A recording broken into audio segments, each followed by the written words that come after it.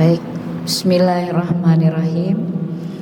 Ibu-ibu yang dirahmati Allah, saya sebelum mulai saya ingin sampaikan satu ayat yang Allah firmankan dalam surat Al-Mujadalah. Ya ayyuhalladzina amanu idza qila lakum tafassahu fil majalis fafsahu yafsahillahu lakum. Wahai orang-orang yang beriman, jika kalian dalam majlis, jika dikatakan lapangkan, geser-geser, maka lapangkanlah. Insya Allah Allah akan lapangkan persoalan-persoalan kita. Boleh ibu-ibu, boleh mengisi yang masih kosong. Kita rapatkan barisan. Majelisnya Rasulullah itu ibu, majelisnya tuh rapat sekali. Sehingga diriwayatkan saking rapatnya itu para sahabat kalau berada dalam majelis Rasulullah, itu daun yang jatuh tuh bu, nggak jatuh ke lantai, tapi jatuh ke paha-pahanya para sahabat. Saking rapatnya. Ya. Baik. Bismillahirrahmanirrahim. Allahumma aftah lana qulubana wa alhimna rushdana wahdina ila siratikal mustaqim. Ibu-ibu hadirin yang dirahmati Allah, kita buka kajian kita dengan mengucapkan salamnya penghuni surga. Assalamualaikum warahmatullahi wabarakatuh.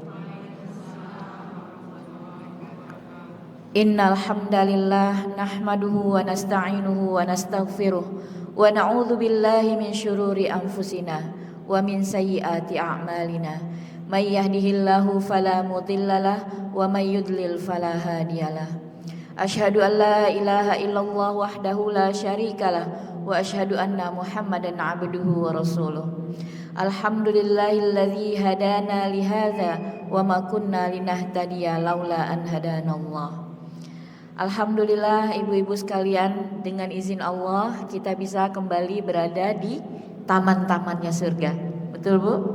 Ya, karena Nabi katakan bahwa majelis ilmu, majelis di mana dibacakan Allah, kebesaran Allah itu adalah taman-tamannya surga.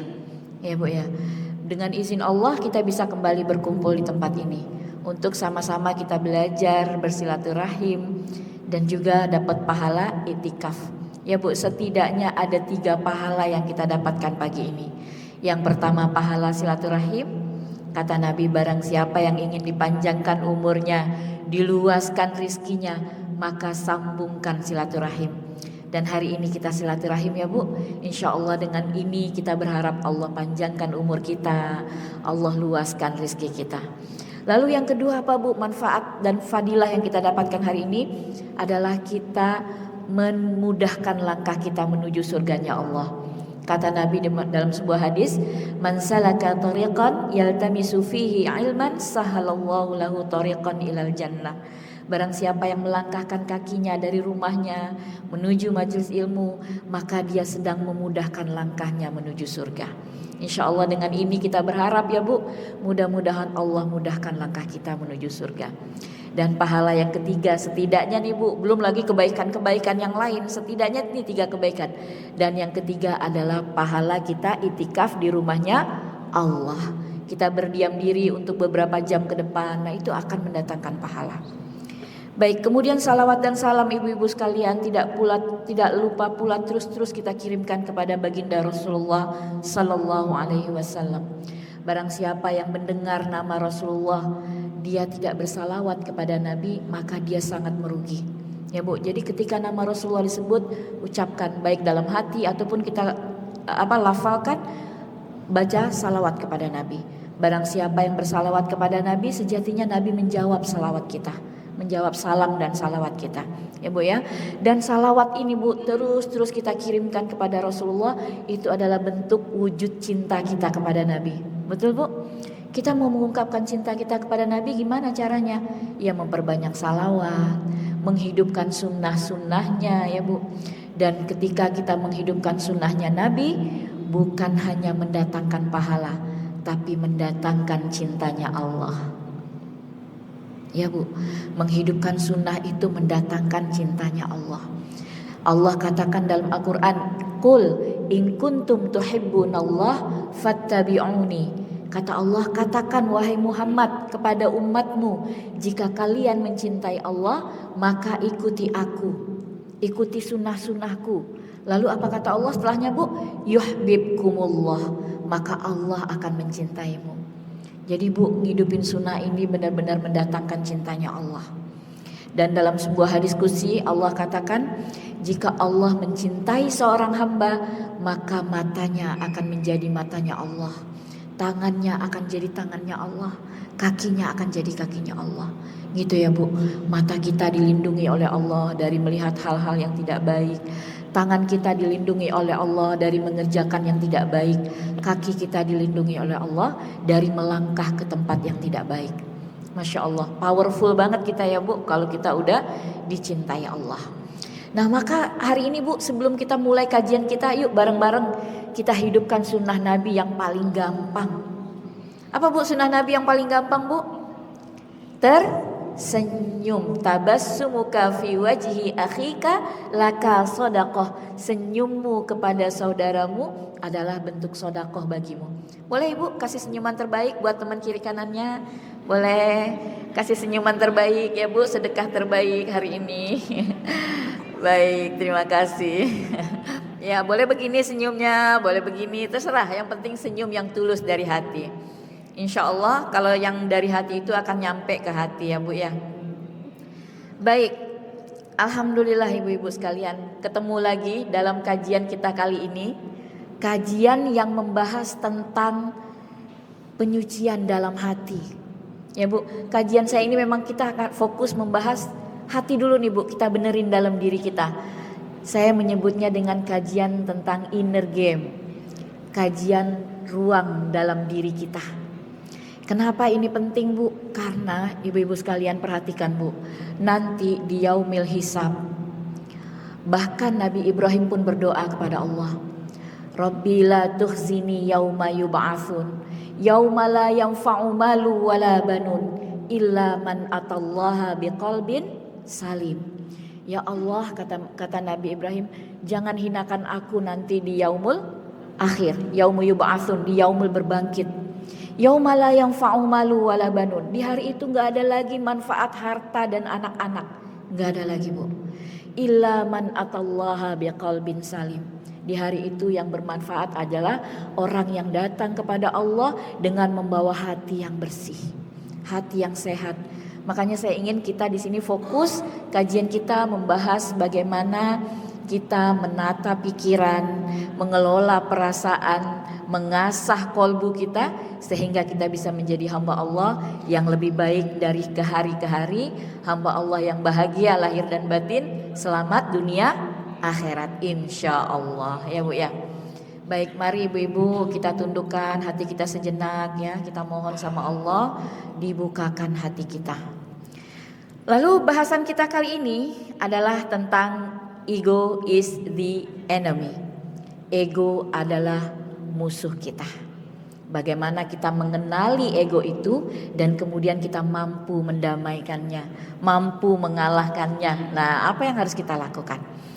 Jadi kawan-kawan, ibu-ibu sekalian, ego ini terkadang itu yang membuat kita seperti setelah melakukan hal yang benar, padahal sejatinya itu kita lagi melakukan hal yang buruk. Sebelum kita mulai, saya mau tanya sama ibu-ibu sekalian yang ada di sini. Siapa sahabat terbaik kita ibu-ibu? Siapa sahabat terbaik kita? Diri kita sendiri. Lalu siapa musuh terbesar kita? Diri kita sendiri, betul. Jadi musuh terbesar kita adalah ego kita sendiri, tapi sahabat terbaik kita juga ego kita sendiri. Bagaimana penjelasannya? Ayo kita bahas. Jadi Bu, sebelumnya saya juga ingin ingatkan ya, alur perjalanan kita nih Bu, selalu saya ingatkan kalau kita lagi menimpa ilmu, 3 ini harus kita lakukan. Yang pertama dipahami dulu ilmunya, kemudian kita amalkan, dan yang ketiga kita sampaikan kembali. Kita dakwahkan lagi ya Bu, nggak apa-apa, nggak mesti di mimbar dakwahnya, nggak, sama anak kita, sama pasangan kita, keluarga kita. Karena ilmu itu kata para pakar, kalau hanya kita dengar, itu resapannya tuh hanya 40% lah, 40% itu udah paling tinggi Bu. Dari sini masuk, keluar dari masjid lupa lagi, tadi ngomongin apa ya, banyak nggak yang kayak gitu Bu? Nah tapi ketika dia amalkan, maka ilmu itu akan melekat jadi 70%. Tapi ketika kita sampaikan kembali, insya Allah jadi 100% kita mantap memahaminya. Gitu ya Bu. Baik, jadi ada 2 jenis ego Bu dalam hidup ini. Ada ego buruk dan ego baik. Ya Bu, ada 2 jenis ego. Ego baik atau kita sebut dengan ego yang sehat, dan ego buruk atau ego yang tidak sehat. Kita ini penting Bu punya ego, kita harus punya ego, tapi ego yang sehat. Karena kalau kita tidak punya ego sama sekali, nanti kita jadi gak punya self esteem. Kita gak punya harga diri, kita tidak mampu mengenali diri kita sendiri, kita tidak bisa mengidentifikasi diri kita sendiri. Maka ego yang baik ini perlu kita miliki Bu. Disitulah nanti akan tumbuh harga diri, akan tumbuh percaya diri, ya Bu, akan tumbuh kita tahu dengan kemampuan diri kita. Kita punya self boundaries, kita tahu batasan diri kita. Itulah ego yang baik. Dan ego ini ada di diri kita ya Bu, itu bagian dari diri kita. Yang gak bisa kita lepaskan itu ada di bagian diri kita. Persoalannya yang mau kita bahas sekarang adalah ego buruk. Ego yang akan mencelakakan kita. Ya Bu, ego yang akan membuat kita tidak selamat di dunia dan di akhirat. Na'udzubillah. Kalau ego baik ini penting Bu, ini bagian dari diri kita dan itu harus kita miliki. Ego terhadap penghargaan kita kepada diri kita sendiri. Kalau kita nggak punya ego baik Bu, kita jadinya sama diri sendiri pun kita nggak menghargai. Kita jadi kayak menghinakan diri sendiri, ya Bu. Lalu ego buruk yang mana? Ego buruk ini juga bagian dari diri kita. Ya, ego buruk ini juga bagian dari diri kita. Tapi apabila ego ini tidak kita damaikan, tidak kita kelola, maka kita nanti akan menjadi orang yang disebut dengan sebutan apa Bu? Egois. Ya, orang yang gak mampu menerima nasihat, orang yang gak mau mengakui kelemahan diri, orang yang mau menang sendiri, orang yang merasa hebat sendiri, orang yang penuh iri dengki sama orang. Itulah ego-ego buruk yang mau kita kenali dan akhirnya kita damaikan. Mohon maaf ya Ibu, saya waktu mau menyampaikan materi ini, saya itu juga kayak ketampar-tampar sendiri sama diri saya Bu. Ya Allah, kayaknya saya juga masih jauh dari hati yang bersih. Nah, makanya kita sampaikan lagi. Jadi ketika kita dakwah tuh kita lagi melempar bola ke dinding supaya efeknya ke diri kita. Kita sampaikan lagi, kita dakwahkan lagi. Mudah-mudahan dengan ini Allah bersihkan kita dari ego-ego buruk, ego-ego yang membinasakan. Bagaimana penjelasannya tentang ego-ego buruk ini? Nah, ibu-ibu, saya ingin menyampaikan satu ungkapan dari seorang ulama yang bernama Ibnu Qayyim rahimahullah. Qala al-Imam Ibnu Qayyim rahimahullah, usulul khotoya kulluha salasah. Kata Imam Ibnu Qayyim Bu, akar dari semua dosa, akar dari semua kesalahan, sumber dari segala sumber dosa itu ada 3. Perhatikan ibu-ibu, ada 3 ini yang menjadi sumber kita tuh berdosa, kita tuh menjadi melakukan kesalahan. Yang pertama al-kibru, wa huwa allazi asara iblis ila ma asara. Yang pertama, sumber dari segala dosa yang pertama adalah al-kibru. Al-kibru itu satu akar kata dengan takabbur. Apa artinya takabbur Bu? Sombong. Sombong inilah yang membuat akhirnya iblis dihinakan Allah. Ya Bu, iblis itu tadinya mulia Bu, dia tempatnya di surga. Tapi karena ada kesombongan, maka inilah dosa pertama yang dilakukan oleh makhluk Allah kepada Allah, kesombongan. Iblis ketika diperintahkan Allah untuk sujud kepada Adam, iblis gak mau. Gak mau Allah, aku sujud sama dia, aku kan lebih baik dari dia. Masa aku sujud sama yang dari tanah, aku kan dari api. Nah, inilah dosa pertama. Lalu ini sumber dari segala dosa, sumber dari segala kesalahan. Yang pertama al-kibru atau kesombongan. Yang kedua al-hirsu, wa huwa allazi akhraja Adam minal jannah. Yang kedua adalah al-hirsu. Al-hirsu ini apa Bu? Al-hirsu itu adalah ketamakan, keserakahan. Inilah yang membuat Nabi Adam akhirnya dilemparkan dari surganya Allah. Yang kedua apa Bu? Yang kedua adalah al-hirsu atau ketamakan, keserakahan. Hal inilah yang membuat Nabi Adam dilemparkan dari surganya Allah. Nabi Adam udah enak-enak Bu, tinggal di surga. Tinggallah Adam dan istrimu di surga. Makanlah semua yang ada di sini kecuali satu pohon ini. Jangan dekati. Tapi karena ada rasa ketamakan, kurang kok ini, maka tergodalah, dimakanlah. Akhirnya ketamakan inilah yang membuat Nabi Adam akhirnya dilemparkan dari surganya Allah. Dan yang ketiga apa Bu? Al-hasadu wa huwa alladhi jara'a ahada ibnu Adam ala akhihi. Yang ketiga adalah al-hasadu. Apa hasad? Dengki.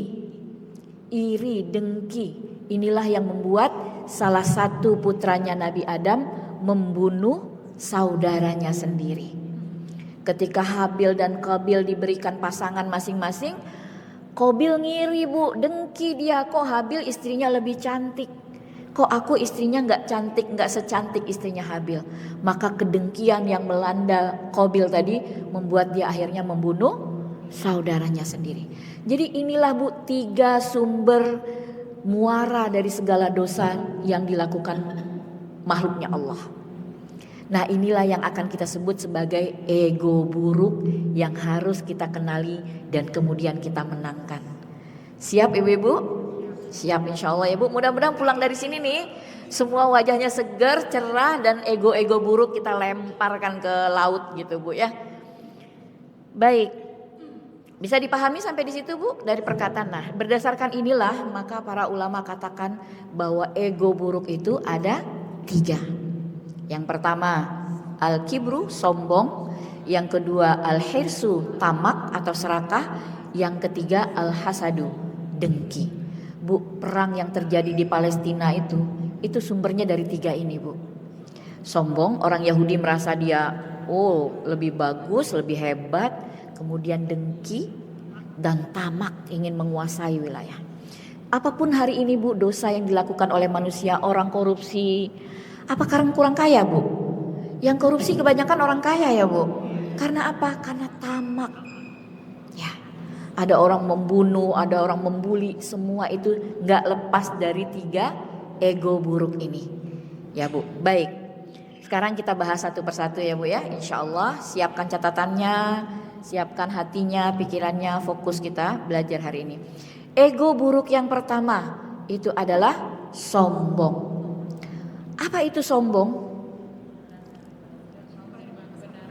Bagaimana Ibu? Apa itu sombong? Boleh tunjuk tangan. Sombong adalah orang yang tidak mau menerima kebenaran. Orang yang tidak mau menerima kebenaran. Ada lagi? Merasa hebat sendiri. Ada lagi? Ini gue nih gitu. Nggak tahu ya siapa saya ya. Ya. Nah, baik ibu-ibu. Suatu hari Rasulullah SAW bersabda di depan para sahabat. Kata Nabi, la yadkhulul jannah man kana fi qalbihi mithqala dzarratin min kibr. Kata Nabi, la yadkhulul jannah man kana fi qalbihi mithqala dzarratin min kibr. Kata Nabi, enggak akan masuk surga seseorang di antara kalian yang apabila di hatinya ada kesombongan walaupun sebesar biji zarrah. Mendengar itu Bu, para sahabat cemas Bu. Jadi bedanya sahabat sama kita tuh kadang-kadang di situ Bu. Sahabat kalau dengar hadis atau dengar ayat, dia langsung introspeksi diri. Ya Allah, jangan-jangan ayat ini buat aku. Jangan-jangan hadis ini nyindir aku. Kalau kita hari ini kadang-kadang nggak peduli ya Bu, itu mah ayatnya bukan buat aku, gitu ya Bu. Tapi ibu-ibu yang di sini enggak, insya Allah ya Bu. Lalu mendengar perkataan Nabi ini Bu, para sahabat khawatir. Lalu sahabat bertanya, ya Rasulullah, kami ini senang dengan baju bagus, kami ini senang dengan pakai sendal bagus, sepatu bagus, ibaratnya gitu ya Bu. Senang dengan rumah bagus, mobil bagus. Apakah itu sombong ya Rasulullah? Lalu Rasulullah menjawab, innallaha jamil yuhibbul jamal. Allah itu indah, Allah itu bagus, suka dengan yang bagus-bagus. Jadi kesombongan itu bukan persoalan suka dengan barang bagus, barang mewah gitu, enggak Bu. Tapi kata Nabi, sombong itu adalah batarul haq wa ghamtun nas. Apa sombong? Batarul haq wa ghamtun nas. Jadi sombong itu apa ya Rasulullah? Sombong itu adalah batarul haq, menolak kebenaran. Wa ghamtun nas, dan meremehkan manusia. Jadi kalau kita niatnya ingin meremehkan manusia, itu udah sombong. Tapi lihat Bu, kalau memang itu kita lakukan bukan untuk itu, maka itu bukan sombong. Jadi yang dimaksud dengan kesombongan adalah menolak kebenaran dan meremehkan manusia. Ada orang datang nasehatin, ibu mohon maaf ya Bu, minumnya pakai tangan kanan ya Bu, karena Rasulullah ngajarin minum pakai tangan kanan. Kamu siapa? Anak kemarin sore, saya tuh udah puluhan tahun belajar agama, gak usah nasehatin saya. Itu sombong. Ada orang datang ngasih tahu, mohon maaf ya Bu, sepatunya taruh di sini ya Bu, karena panitia sudah menyiapkan tempat. Gak usah ngatur-ngatur saya ya, kamu gak tahu ya siapa saya. Saya ini si anu. Nah itu Bu, itu sombong. Jadi sombong itu menolak diberi kebenaran, dikasih tahu yang benar tuh nolak, gak terima. Ya Bu, dan juga merendahkan orang. Kamu gak tahu saya ya, kamu gak punya Instagram ya, saya ini selebgram loh, kamu gak kenal saya ya. Nah itulah kesombongan, selalu ingin dinomorsatukan, selalu merasa lebih tinggi dari orang lain, itu adalah sombong. Apa ya contohnya Bu kesombongan itu? Kesombongan itu contohnya apa ya? Kayak kita merasa lebih unggul dari orang lain. Ya, dia mah itu insya Allah mah aku mah pakai insya Allah sih Bu, tapi ada kesombongan. Aku mah udah tahu. Diajakin ngaji yuk, hari ini belajar yuk, temanya ini nih. Aku mah udah tahu. Udah pernah. Itu bentuk kesombongan, meremehkan. Ya Bu, dikasih tahu, diajak tentang kebenaran, diajak tentang kebaikan, dia tidak terima. Jadi Bu, kalau kita mau lepaskan itu semua, kita harus bangun kesadaran. Nanti kita ini ya Bu, kita bicarakan penawarnya apa. Jadi Bu, atau contoh sombong yang kedua apa Bu? Pertama, merasa lebih baik dari orang lain. Yang kedua apa Bu? Ini kita masih bicara sombong ya Bu. Contoh kesombongan yang lain apa Bu? Ini aku nggak bisa, aku udah biasa ngerjain ini. Atau kesombongan yang tersembunyi Bu, dalam hati kita ngandelin apa yang kita punya. Itu kesombongan yang tersembunyi, seolah-olah ini mah mampu lah, aku insya Allah aku udah bisa, ini udah biasa. Bu, saya pernah sekali waktu ya Bu, saya cerita lagi haji waktu itu tahun 2006. Saya tuh datang ke Masjid Nabawi dari sholat duha. Jadi saya duha, tiba-tiba menjelang zuhur saya itu kebelet pipis Bu, mau ke toilet. Saya titip sama ibu sebelah saya, orang Indonesia juga, Bu titip ya Bu Al-Quran sama sepatu saya. Terus kata ibu itu, Bu jangan titip ke saya, ibu ingetin aja tiangnya, tiang nomor berapa, supaya ibu nanti tahu balik lagi, kan ada tiang itu ada nomornya ya Bu kalau di Masjid Nabawi itu. Terus saya bilang gini, dalam hati saya, gak perlu ngingetin tiang lah, saya udah tiap hari kesini udah biasa gitu kan, dari hotel kan kebetulan deket, jadi udah selalu saya tuh di situ tempatnya. Akhirnya saya ke toilet Bu, waktu saya ke toilet itu sekitar mungkin masih 1 jam lagi mau zuhur. Begitu saya naik Bu, itu udah kayak lautan manusia. Saya bingung, ya Allah, di mana tempat duduk saya tadi? Saya tanya sama orangnya pasti bilang gini, Ibu tiang nomor berapa? Padahal saat orang ngasih tahu, Bu ingetin aja nomor tiangnya Bu, saya tidak melirik tiangnya sedikit pun. Dalam hati saya, saya mau udah tahu. Orang saya tiap hari duduknya di sini terus.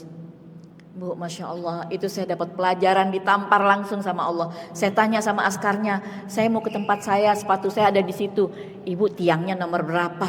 Saya nggak bisa jawab Bu. Akhirnya saya tuh sholat zuhur Bu, saya didorong orang.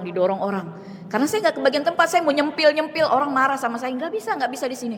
Akhirnya saya dengan hati yang beristighfar, saya sholat di luar. Padahal saya udah dapat tempat enak banget tuh di dalam.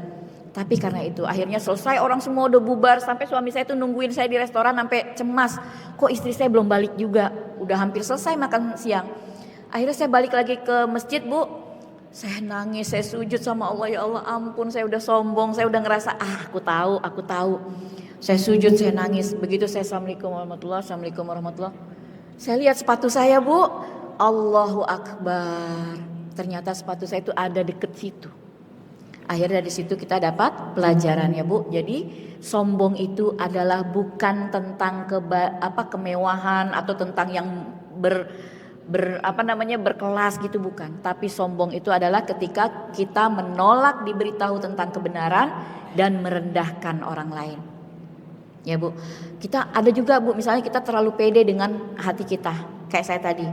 Nah, percaya diri itu penting gak, Bu, dalam hidup ini? Perlu ya, Bu ya. Tapi kita perlu percaya diri yang jernih, yang menyandarkan kepercayaan itu kepada Allah. Kalau percaya diri, sekedar percaya diri kayak saya tadi percaya diri, saya ingatlah, saya hafal tempatnya. Tapi kalau percaya diri yang tidak disandarkan kepada Allah, maka ini adalah kebinasaan. Lihat, Bu, bagaimana Fir'aun begitu percaya dirinya. Dalam Al-Quran Fir'aun tuh dijelaskan ngomong apa dia, Bu? Faqala ana rabbukumul a'la. Aku ini Tuhan kalian yang maha tinggi. Ya, Bu. Percaya dirinya Fir'aun itu percaya diri yang tidak jernih. Atau percaya dirinya siapa, Bu? Percaya dirinya Abu Jahal. Ketika Abu Jahal ke perang Badar, dia bilang itu, Bu, dalam tulisannya saya kutip di sini, Abu Jahal bilang apa, Bu? Karena waktu perang Badar, Bu, ibu-ibu tahu kisah perang Badar? Bagaimana akhirnya peperangan ini dimenangkan oleh kaum muslimin. Walaupun jumlah kaum muslimin 300 berbanding 1.300. Abu Jahal dengan kekuatan pasukannya, dengan kekuatan senjata-senjatanya, dia bilang gini, kita akan memenangkan Badar, kita akan kuasai Badar, kita nggak akan pulang sebelum Badar kita kuasai, kita akan pesta pora di situ, kita akan minum-minum di situ. Biar bangsa Arab tahu tentang kehebatan kita dan mereka akan gentar sama kita selamanya. Oh, percaya dirinya Abu Jahal.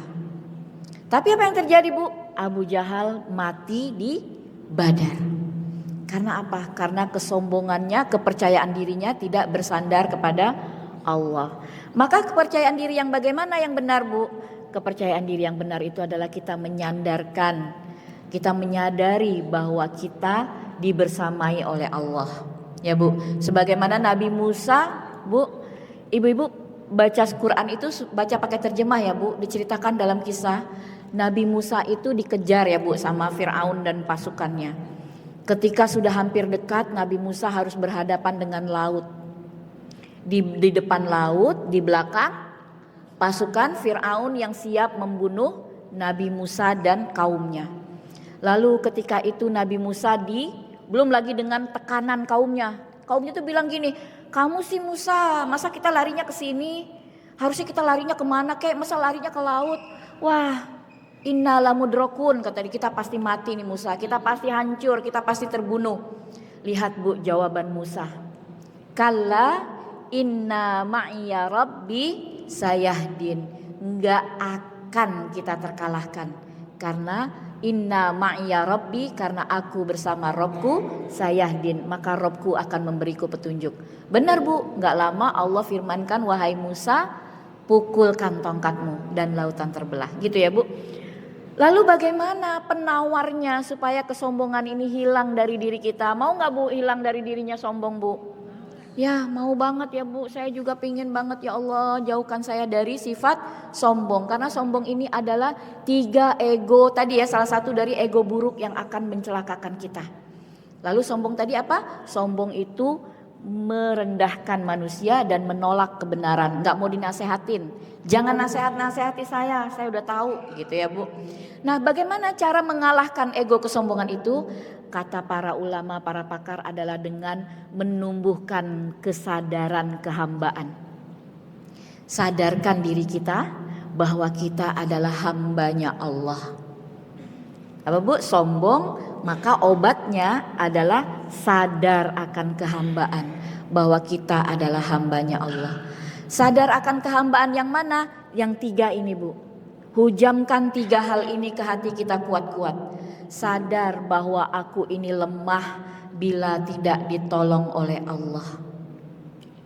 Apa Bu? 3 kesadaran kehambaan itu. Yang pertama, sadar bahwa kita ini lemah tiada daya kecuali kita ditolong oleh Allah. Apa kalimatnya, doanya Bu? La haula wala quwata illa billah. Sadar Bu bahwa kita ini gak ada apa-apanya kalau gak ditolong sama Allah. Orang-orang pakar motivasi itu bilang ini gak setuju ini Bu dengan ayat ini. Dia bilang wah ini mah kalimat melemahkan, masa kita gak berdaya tanpa pertolongan Allah. Tidak Bu, justru ini kalimat kekuatan. Ini bukan kalimat kelemahan. Kata Nabi, barang siapa yang datang kepada Allah mengakui kelemahannya, maka Allah kuatkan. Bayangkan Bu, kalau kita datang ke Allah, kita udah ngaku kelemahan kita, Allah yang kuatin kita Bu. Ya, maka sadari ini Bu, bahwa kita ini lemah tanpa pertolongan Allah. Ya Bu ya. Lalu kesadaran yang kedua apa Bu? Ini tentang kesadaran kehambaan ya Bu, bagian dari kesadaran kehambaan. Sadarkan diri kita, hujamkan kuat-kuat ke dalam sanubari kita bahwa kita ini jahil, kita ini bodoh, kita ini tidak tahu apa-apa kalau tidak diberi petunjuk oleh Allah. Ya Bu, kita ini gak tahu apa-apa kalau kita tidak diberi petunjuk oleh Allah. Sering gak Bu, kita pernah ya Bu, saya pernah sekali waktu Bu, tempat itu tuh rasanya saya tuh udah familiar banget, tapi sampai muter 8 kali saya gak nemu tempat itu. Ya Bu, sampai akhirnya kita, ya Allah tolong ya Allah tunjukin ya Allah, baru Allah buka. Bu, kita tuh sebenarnya gak tahu apa-apa. Ibu-ibu tahu Bu, ketika penduduk surga dia masuk ke dalam surganya Allah, dibukakan surganya Allah, lalu para penduduk surga itu apa ucapan pertama kali yang diucapkan Bu? Ini ada dalam dalam Al-Quran surat Al-A'raf ayat 43 kalau saya tidak salah. Ayatnya apa Bu? Jadi penghuni surga begitu dia masuk surga, dia lihat keindahan, kemewahan, kenikmatan surga, dia ngomongnya apa Bu?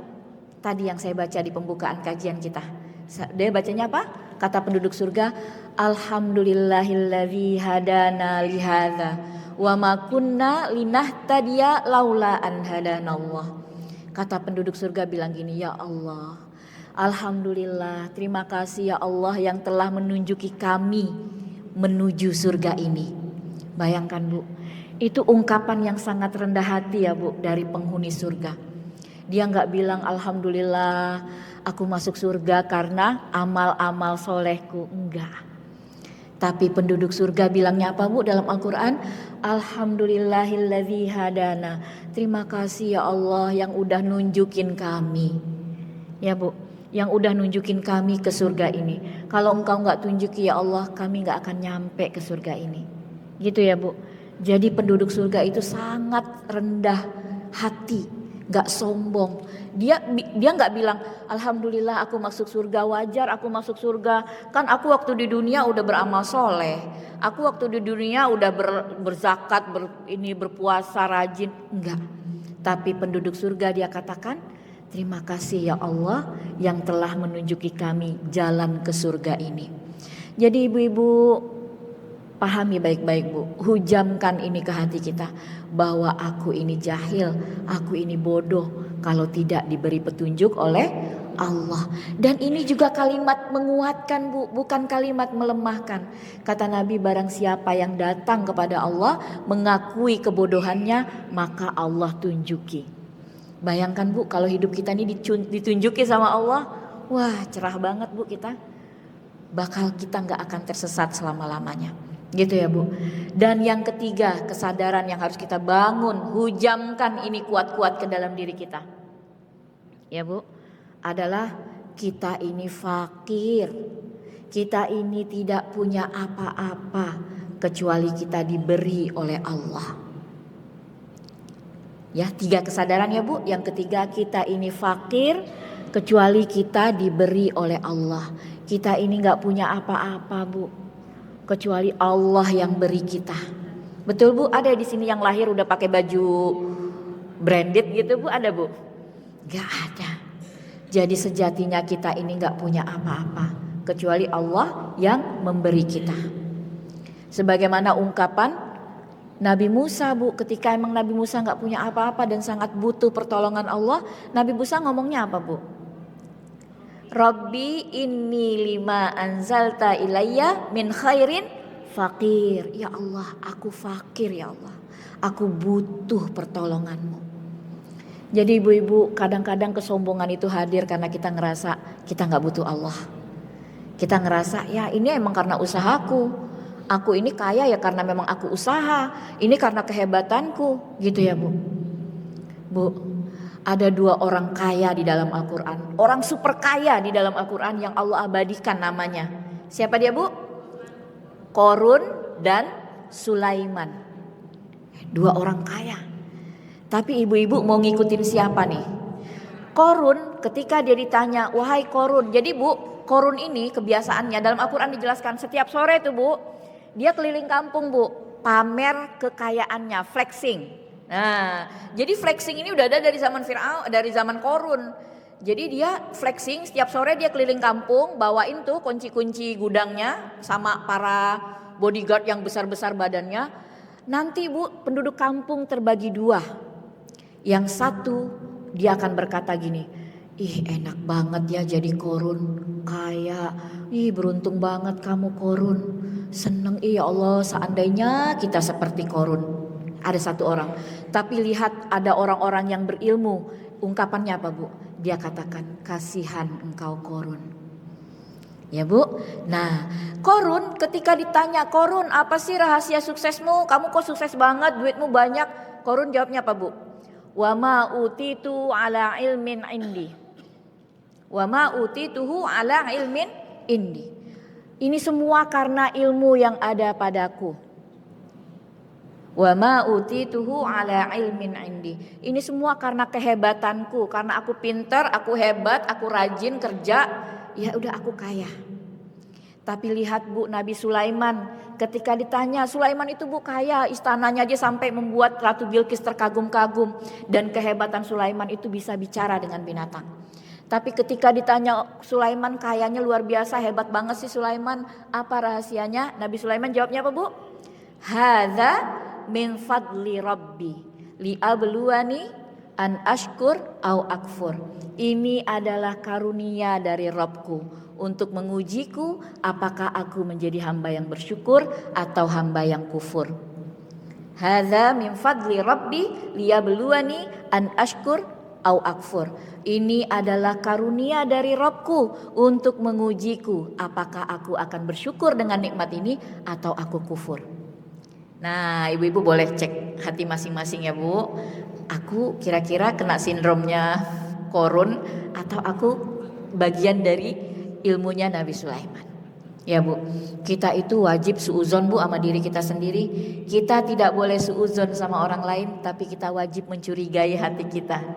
Ya Bu ya, kita gak boleh dia itu kayaknya gak ikhlas deh, kayaknya gak karena Allah. Enggak boleh. Kita tidak boleh mencurigai hati orang, mencurigai niat orang, mencurigai amal orang. Tapi kita wajib menanyakan, mencurigai hati kita. Ketika kita melakukan sesuatu, tanya lagi, hei, kamu melakukan ini karena apa? Benar karena Allah. Ya Bu, karena ini penting. Nanti kita bahas Bu, bagaimana mencari ikhlas itu penting. Baik, nah jadi lawan ya Bu ya, kita kenali nih. Ibu udah kenal apa itu sombong? Udah kenal? Sombong itu adalah menolak kebenaran, batorul haq wa ghamtun nas, dan merendahkan manusia. Itulah sombong. Kita sudah kenali.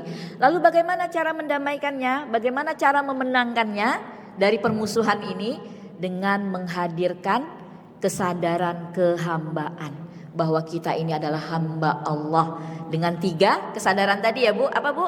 Sadar bahwa kita ini lemah kalau tidak ditolong Allah. Sadar bahwa kita ini jahil, kita ini bodoh kalau tidak diberi petunjuk oleh Allah. Sadar bahwa kita ini fakir, kita ini gak punya apa-apa, kita ini butuh Allah. Kalau tidak diberi oleh Allah, kita sejatinya fakir. Lalu ego keburukan tadi yang kedua apa tadi Bu? Tadi kita udah tahu ya 3. Ego keburukan itu 3. Yang pertama sombong, yang kedua tamak, yang ketiga dengki. Sombong itulah yang membuat iblis dihinakan, tamak itulah yang membuat Adam akhirnya keluar dari neraka, dan hasad itu adalah yang membuat salah satu anaknya Adam membunuh saudaranya sendiri. Sekarang kita masuk ke yang kedua. Ego buruk tamak yang kedua itu adalah tamak atau serakah. Apa sih artinya Bu tamak itu? Tamak itu kayak nggak cukup ya Bu, ngerasa nggak pernah qanaah, nggak cukup. Dalam beberapa kajian Bu, ulama menyimpulkan dari semua itu semua, kenapa seseorang bisa tamak? Karena mencintai dunia dengan sangat cinta. Karena terlalu mencintai dunia dengan secinta-cintanya, itulah pemicu pertamanya seorang menjadi tamak.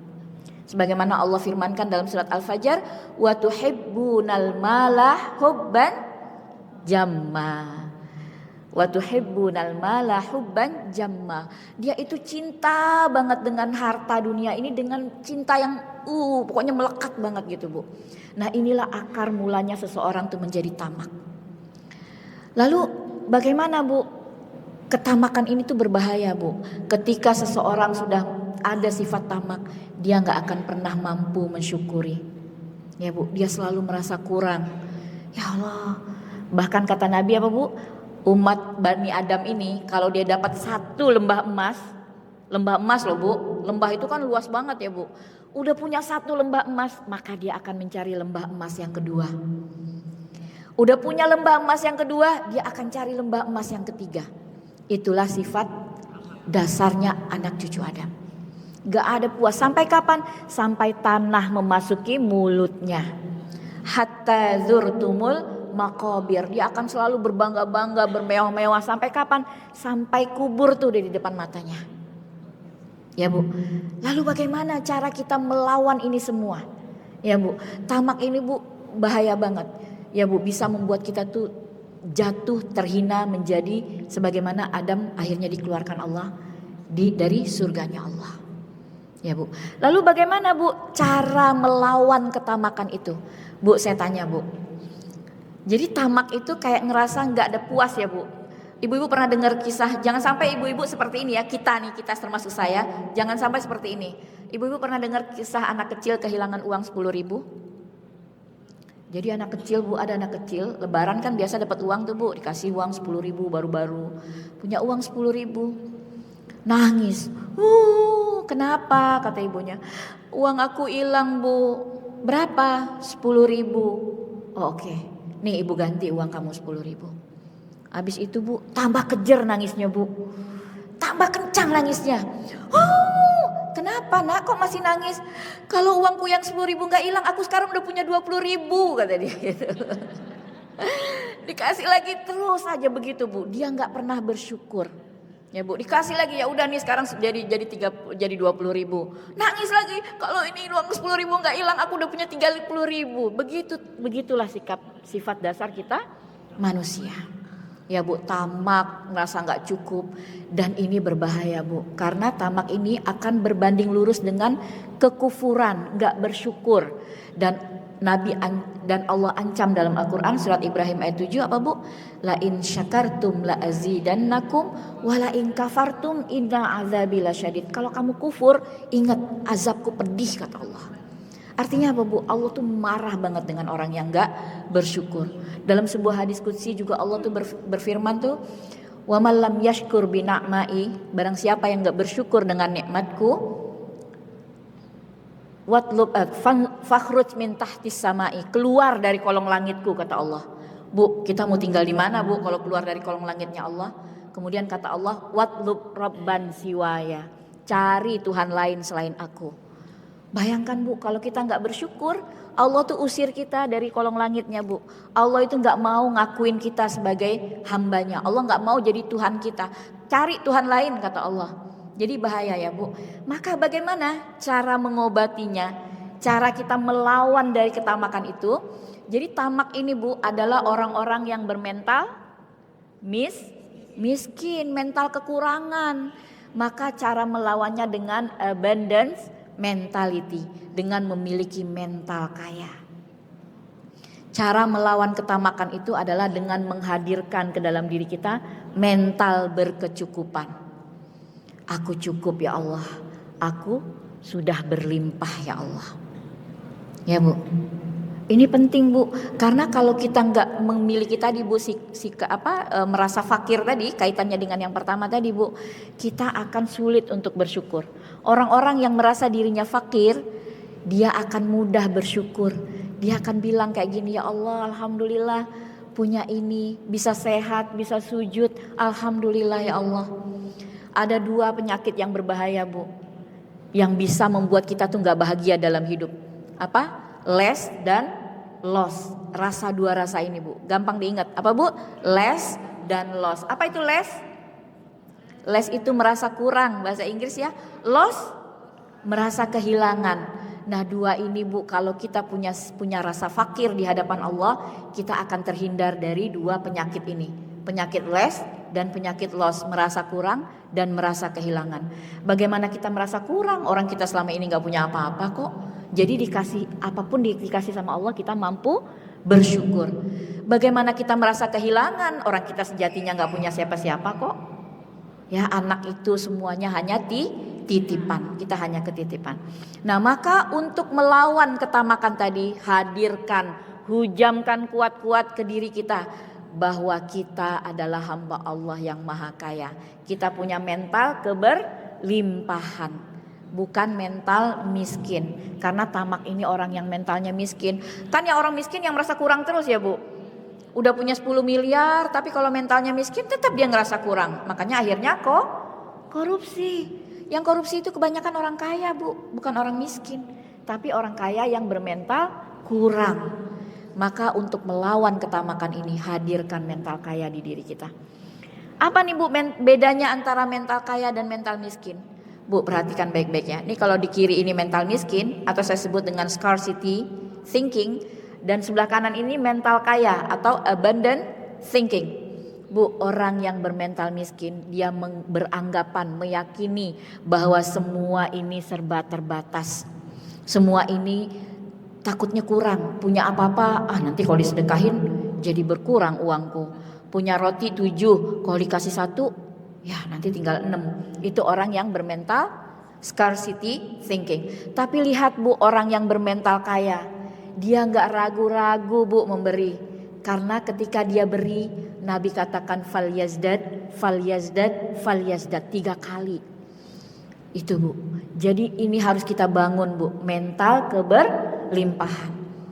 Orang yang punya mental keberlimpahan Bu, yang punya mental miskin Bu, kehadiran seseorang, ada orang buka toko baru, terus jualan baju, itu dia terganggu tuh Bu. Wah, jangan-jangan nanti dia nyaingin aku. Jangan-jangan nanti kalau udah ada toko dia, orang gak belanja lagi ke aku. Itu orang yang bermental miskin.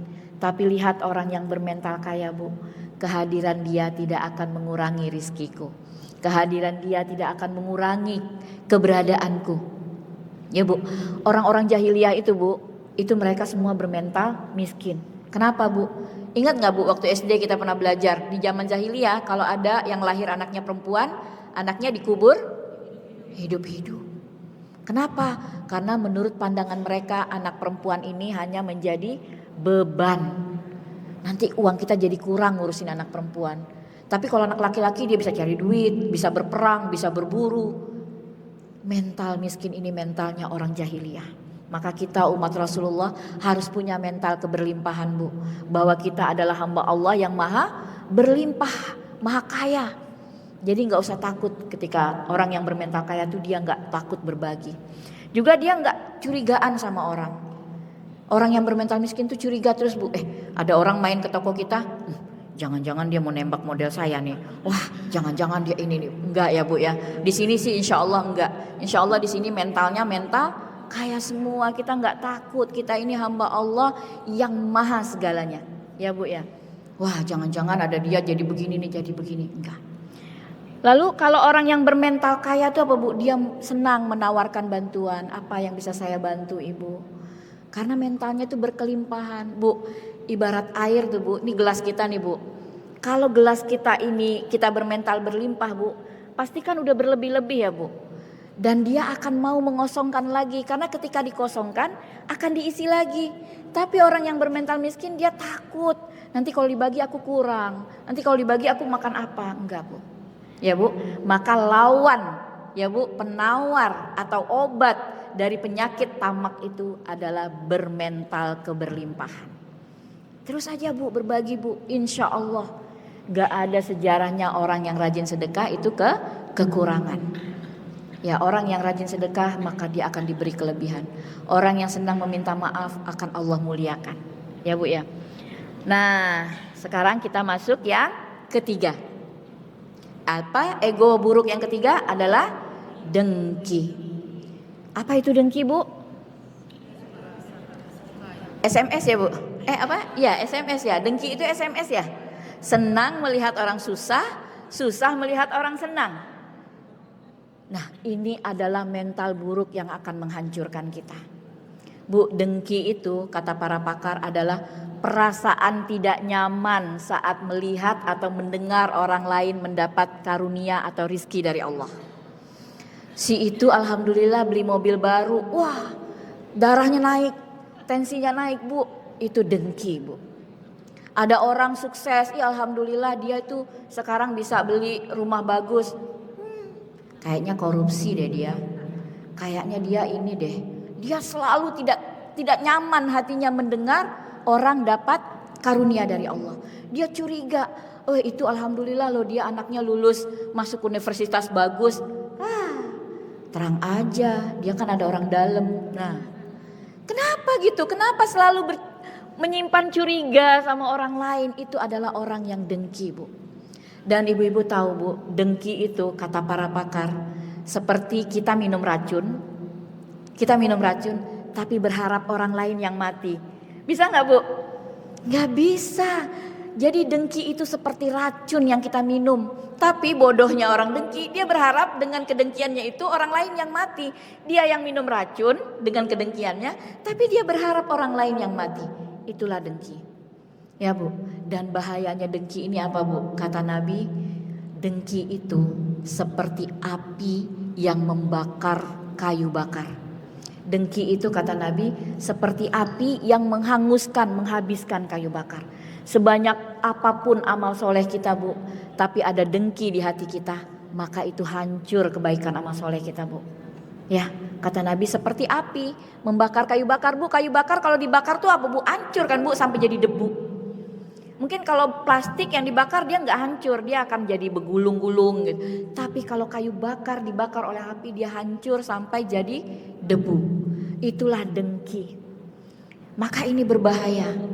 Kita seolah-olah sudah banyak amal soleh, tapi pada akhirnya di akhirat nanti amal soleh kita nggak ada satupun yang dihitung sama Allah.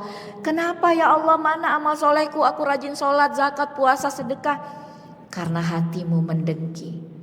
Jadi dengki itu seperti api yang membakar kayu bakar. Nah ini berbahaya Ibu. Ya, dengki itu seperti kita minum racun tapi berharap orang lain yang mati. Dan bahayanya dengki ini Bu, kita sering ya Bu baca surat Al-Falaq. Di dalam surat Al-Falaq itu kan ada kita berlindung sama Allah.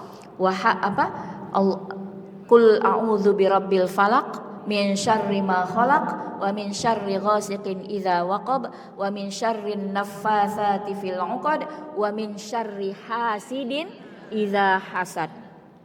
Kita diminta sama Allah untuk berlindung dari orang dengki apabila dia dengki. Bu, kalau orang yang dengki cuma di hati doang itu gak berbahaya. Tapi orang yang dengki apabila dia dengki, dia tuh berharap nikmat yang ada di kita tuh hilang. Dan lebih parahnya lagi dia berharap nikmat yang ada di kita itu pindah ke diri dia. Itulah orang yang dengki apabila dia mendengki. Nah bagaimana ya Allah cara ngelepasinnya? Sampai dalam surat Al-Hasyr ayat 10 Bu. Dalam sholat Jumat itu khatib tuh biasanya selalu baca. Apa kata doa itu? Rabbana ighfir lana wali ikhwan Rabbana ighfir lana wali ikhwanina alladzina sabaquna bil iman wa la taj'al fi qulubina ghillal lil ladzina amanu. Ya Allah, mampunilah dosa kami dan dosa saudara-saudara kami dan hilangkanlah kedengkian di hati kami kepada orang-orang beriman. Jadi dengki ini Bu sampai diminta doa kita sama Allah. Wala taj'al fi qulubina ghillal. Ghil itu artinya dengki. Ya Allah, jangan kau adakan rasa dengki di hati kami kepada ghillal lil ladzina amanu. Jadi gimana caranya untuk menghilangkan kedengkian itu? Tadi udah ya Bu, kalau sombong ngilanginnya dengan apa Bu? Dengan sadar kehambaan. Kalau tamak cara menghilangkannya gimana Bu? Dengan punya mental keberlimpahan ya, abundance mentality. Kalau dengki gimana cara ngilanginnya? Kalau dengki menghilangkannya dengan memupuk rahmah, menebarkan cinta, menebarkan kasih sayang Bu. Kalau kita rasa-rasanya ada dengki sama seseorang, kita sayangi dia Bu, kita doakan ya Bu.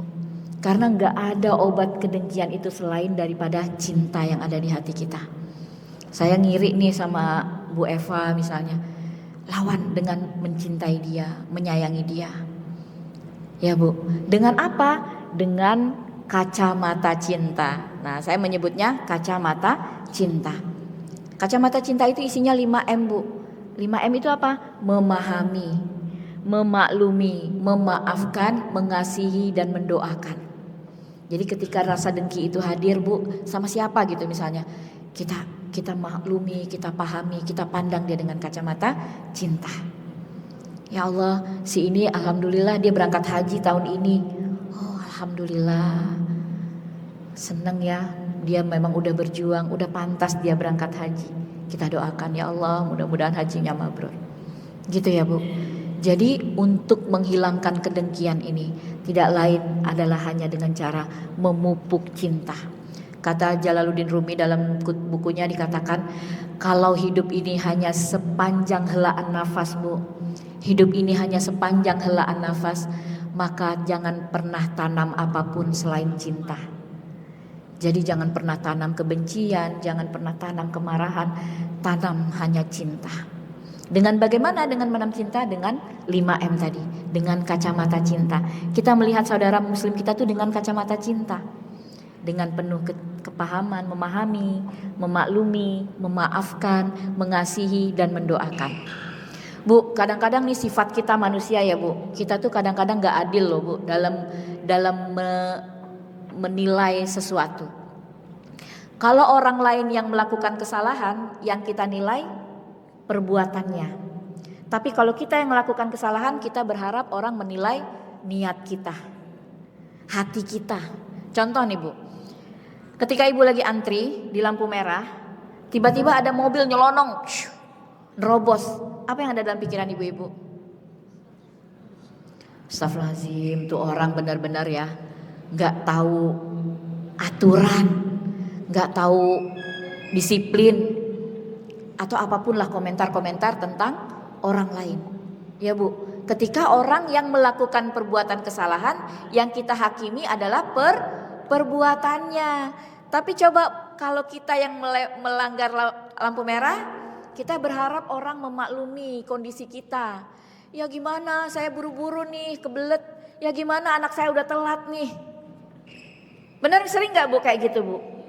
Nah itu kata para ulama Bu, untuk saudara muslim kita, cari 70, minimal 70 alasan untuk kita menghakimi saudara kita. Misalnya nih ada saudara kita, misalnya Bu, dia katakanlah dia mukul anaknya gitu Bu misalnya. Itu kita yang lihat Bu, kita langsung bilang gimana Bu? Itu orang tua tuh benar-benar ya kayaknya gak belajar parenting deh. Kayaknya itu orang tua tuh emosian banget deh Bu. Tapi giliran kita yang mukul anak kita berharap orang maklum. Ya habis gimana, anaknya tuh udah dikasih tahu berulang-ulang enggak. Padahal Bu, kata para ulama, cari beberapa alasan untuk kita memaklumi kesalahan saudara kita. Misalnya ada saudara kita pinjam duit. Ya Bu, pinjam duit nih Bu, kayaknya wajah-wajah banyak yang pinjam. Misalnya ada teman saudara kita pinjam duit, terus dia belum bisa bayar. Cari Bu pengertian, alasan. Jangan langsung hakimi dia itu orangnya gak tepat janji, dia itu pembohong, dia itu nih. Cari kita bersangka baik dengan saudara kita. Bukan artinya terus yang minjem duit nih langsung kamu cari dong alasan. Aku kan gak gitu juga Bu ya. Artinya dalam melihat sikap orang lain kita pakai kacamata cinta. Kita pahami, kita maklumi. Kenapa ya dia kayak gitu? Hari ini misalnya kita ketemu orang, dia nggak nyapa kita lihat dengan kacamata cinta. Ya Bu, kita pahami, oh iya mungkin dia nggak lihat saya. Oh iya mungkin dia buru-buru. Oh iya mungkin anaknya sakit. Mungkin apa gitu ya Bu. Nah, dan yang terakhir Bu, untuk menghilangkan kedengkian, kita tingkatkan level syukur kita. Syukur terhadap nikmat yang Allah berikan kepada kita itu syukur level 1. Ya, syukur kepada karunia Allah yang Allah berikan kepada kita itu syukur level 1. Sekarang kita tingkatkan Bu level syukur kita menjadi syukur level 2, yaitu mensyukuri nikmat yang Allah berikan kepada orang lain. Masya Allah, bersyukur ya, sekarang Betri alhamdulillah usahanya maju ya. Alhamdulillah, seneng deh saya ngeliat kamu, sekarang kamu berubahnya baik banget. Alhamdulillah, Masya Allah, alhamdulillah ya, tahun ini berangkat haji. Kita syukuri Bu. Jadi syukur level 2 itu kita mensyukuri nikmat yang Allah berikan kepada orang lain. Kalau nikmat yang Allah berikan kepada kita ya wajar, itu syukur biasa. Kita maunya syukur yang luar biasa, mensyukuri nikmat yang Allah berikan kepada orang lain. Caranya gampang Bu. Kalau ada saudara kita selamatan rumah baru gitu ya Bu, datang Bu. Datang dengan seolah-olah kita yang punya rumah baru. Kata para pakar Bu, ketika kita mensyukuri nikmat orang itu Bu, kita lagi menarik nikmat itu juga terjadi di diri kita. Ya Bu, dulu saya sebelum berangkat haji tuh Bu, setiap ada orang yang selamatan haji saya datang Bu. Saya rasakan tuh kayak saya yang berangkat haji. Selamat ya, doain saya, mudah-mudahan hajinya mabrur. Ada orang Bu, dapat keturunan. Saya dulu lama Bu, dapat anak kedua tuh lama, 14 tahun baru dapat. Sedih juga sih kalau ngeliat orang baru nikah berapa bulan gitu ya, terus hamil. Ya Allah, kok aku belum juga ya, kayak ada rasa, ya Allah.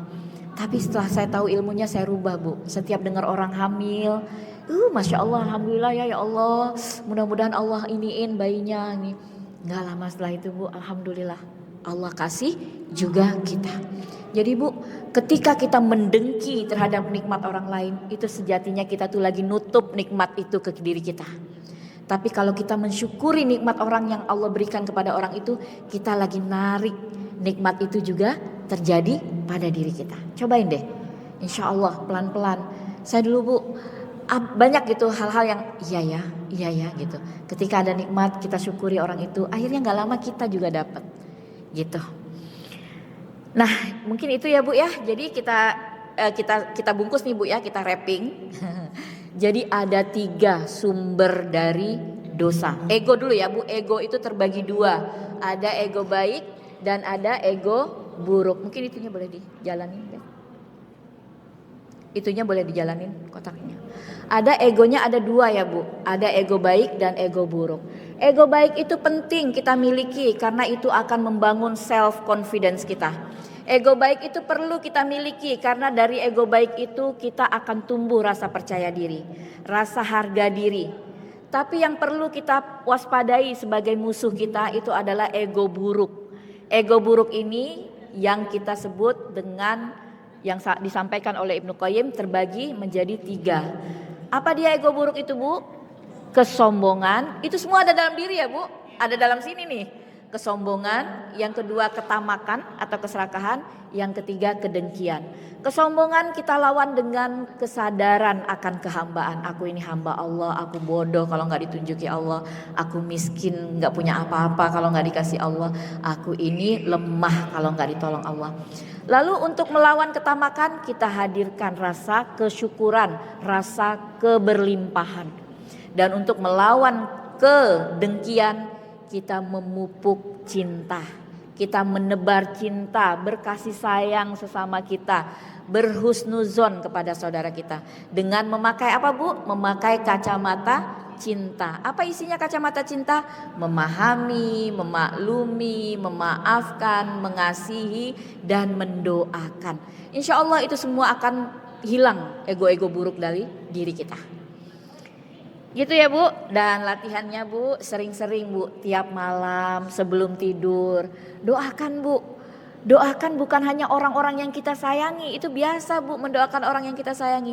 Tapi doakan orang-orang yang justru menyakiti kita atau justru orang yang kita merasa dengki sama dia. Doain Bu. Sebagaimana sebuah hadis Bu, Nabi katakan ada seorang calon penghuni surga akan datang sebentar lagi. Para sahabat, siapa ya penghuni surga? Siapa? Ternyata gak lama datang orang biasa Bu. Orang biasa. Maka salah seorang sahabat pingin menyelidiki apa sih amalan penduduk surga ini, amalan ahli surga ini. Maka menginaplah sahabat ini di rumah orang yang dikatakan Nabi tadi ahli surga. Ternyata 3 hari nginep tuh gak ada yang istimewa dari orang ini. Amalannya tuh biasa aja Bu, ya standar lah. Lalu orang ini akhirnya penasaran, tanya apa sih sebenarnya amalan dia. Ternyata amalan dia itu yang pertama, yang paling utama Bu, dia selalu mendoakan dan meridoi sikap-sikap buruk orang kepada dirinya, dan dia mendoakan orang itu. Jadi ibu-ibu, saya alhamdulillah udah amalkan Bu. Kita amalkan mulai malam ini ya Bu. Sebelum tidur bilang sama Allah, ya Allah, aku ridhoi orang-orang yang telah menyakitiku hari ini. Ya Allah, aku terima, aku doakan orang-orang yang telah zolim sama aku. Kalau ada yang zolim ya Bu, mudah-mudahan dia Engkau kasih petunjuk. Pokoknya baikin Bu. Kalau gak ada yang zolim sama kita, kita doakan orang-orang yang kita ingetin. Bu, saya itu kalau saya mau sesuatu Bu, saya catat tuh Bu, lagi mau bangun malam tahajud. Misalnya saya pengen apa, saya lagi kepingin umroh ya Allah. Saya catat tuh Bu, 10 nama orang yang mau saya doain, mudah-mudahan dia bisa berangkat umroh. Saya sebutin, ya Allah, si Anu ya Allah mudahkan dia mau berangkat umroh ya Allah. Ya Allah, si Anu ya Allah mudahkan dia berangkat. Sampai 10 orang tuh Bu. Dan tahu gak Ibu, doa kita, kira-kira doa kita sama doa malaikat mana yang lebih berpotensi untuk dikabulkan sama Allah? Doa malaikat ya Bu, kan malaikat tanpa dosa. Doa malaikat lebih berpotensi untuk dikabulkan. Dan ketika kita mendoakan seseorang, itu malaikat mendoakan kita. Jadi ketika saya bilang, ya Allah mudahkan Ibu Haji Eva untuk berangkat umroh tahun ini ya Allah, itu malaikat bilang gini, ya Allah mudahkan juga dia. Nah jadi saya tuh selalu gitu Bu, apapun yang ingin saya dapat, ya Allah anak saya misalnya pengen biar dia lagi lomba, biar dia menang ya Allah, saya doain justru orang lain, anak-anak orang lain yang saya doakan. Saya berharap dengan itu malaikat yang langsung doain saya. Gitu ya Bu. Baik, alhamdulillah sudah bisa dibungkus Bu kajian kita pagi ini. Bungkus ya Bu, bungkus dan insya Allah kita amalkan. Mudah-mudahan sekian materi yang saya sampaikan kali ini, semoga bisa dikunyah pelan-pelan, dikunyah ya Bu. Makanya penting kita kalau belajar tuh nyatet supaya kita bisa murojaah di rumah dan kita ulang-ulang lagi. Syukur-syukur nanti bisa ada rekamannya, bisa dilihat. Mungkin itu saja, saya akan kembali ya.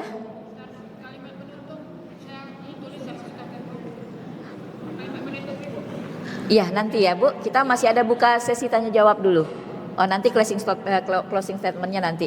Saya kembalikan kepada moderator. Baiklah, alhamdulillah kita telah menyimak materi yang begitu mendalam dan menyentuh hati. Selanjutnya kita buka sesi tanya jawab ya, sesuai dengan tema kita pada hari ini ya. Jadi yang mau bertanya itu sesuai tema kita pada hari ini. Sebelumnya kami tidak lupa untuk mengimbau kepada seluruh jamaah untuk selalu berkontribusi menyalurkan infak terbaiknya. Oke, kami buka sesi tanya jawab. Kami persilakan. Siapa yang duluan? Ada ibu yang mau bertanya sesuai dengan tema kita pada hari ini. Ada yang mau silakan. Gak apa-apa, ke depan aja. Kalau yang mau silakan ke depan, ya.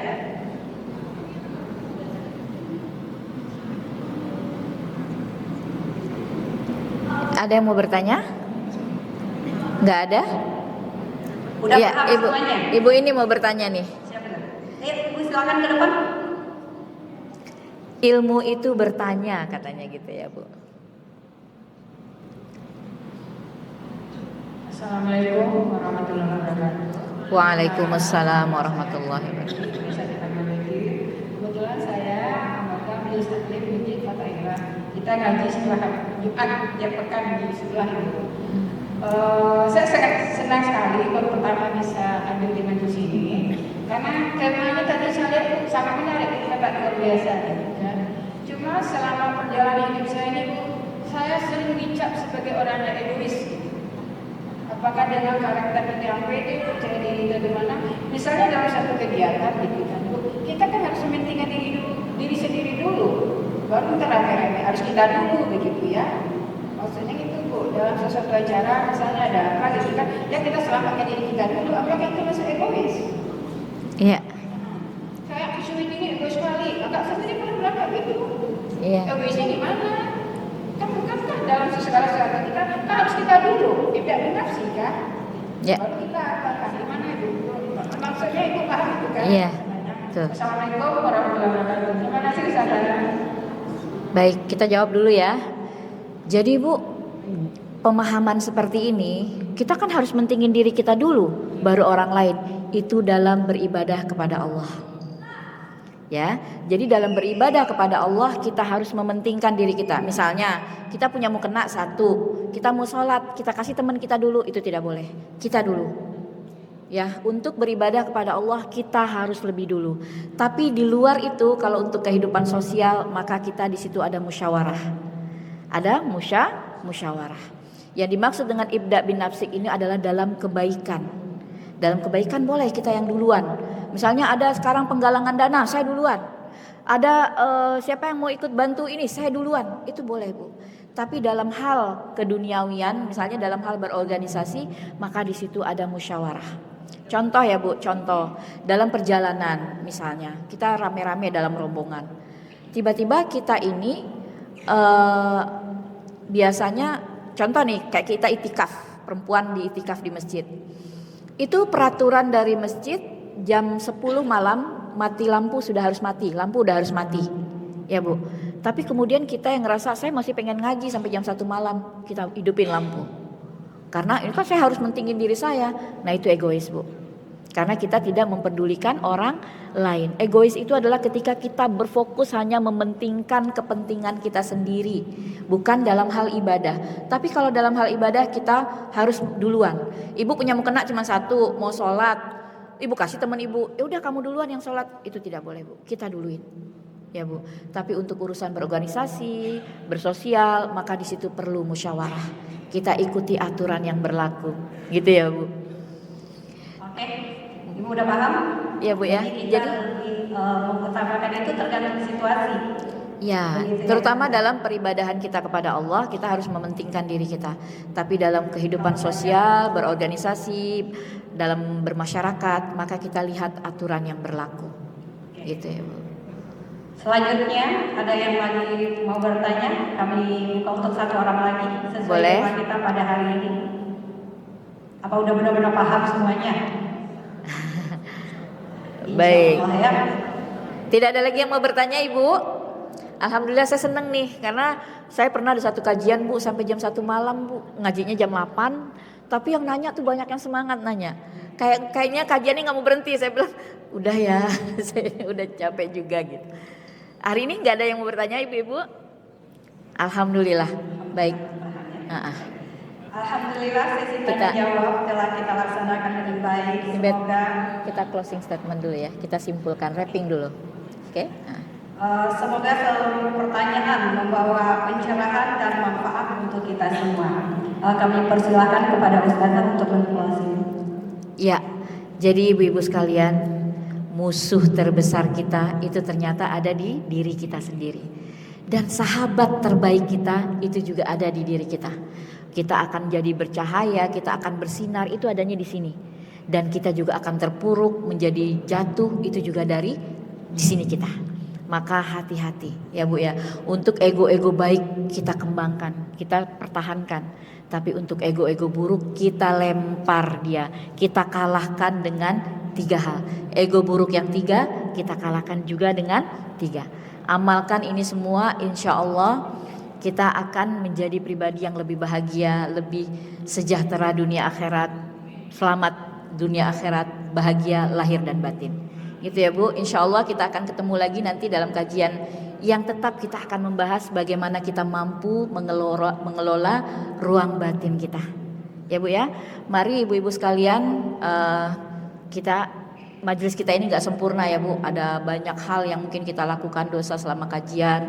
Dan apa yang saya sampaikan juga belum tentu semuanya itu benar. Kebenaran itu datangnya dari Allah. Dan kesalahan itu datangnya dari saya. Ketika saya menyampaikan, sejatinya saya lagi melempar bola ke dinding. Saya berharap dengan lemparan itu akan berefek keras ke diri saya sendiri. Mari ibu-ibu semua, kita tundukkan hati kita mohon sama Allah diberikan kepahaman ya Bu setelah belajar ini, dan kita tutup kajian kita dengan istighfar 3 kali. Astagfirullah wa atubu ilaih, astagfirullah wa atubu ilaih, astagfirullah wa atubu ilaih. Kita tutup dengan doa kifaratul majlis. Subhanakallahumma wa bihamdika asyhadu an la ilaha illa anta astaghfiruka wa atubu ilaih. Assalamualaikum warahmatullahi wabarakatuh. Silakan Ibu moderator.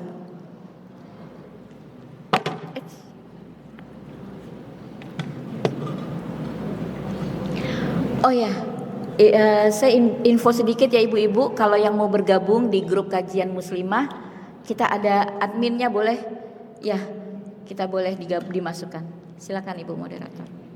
Oke, terima kasih kami ucapkan kepada Ustazah Aisyah Elvira yang dengan seluruh jamaah yang telah meluangkan waktu menghadiri majelis ini.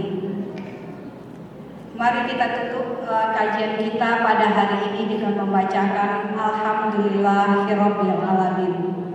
Sebelumnya seperti biasa kita selalu menyediakan makan siang ya. Makan siang yang telah kita sediakan di depan. Kami persilakan ke seluruh. Oh ya, 5 menit lagi apa 10 menit lagi. Sebelumnya kami mengimbau kepada seluruh jemaah untuk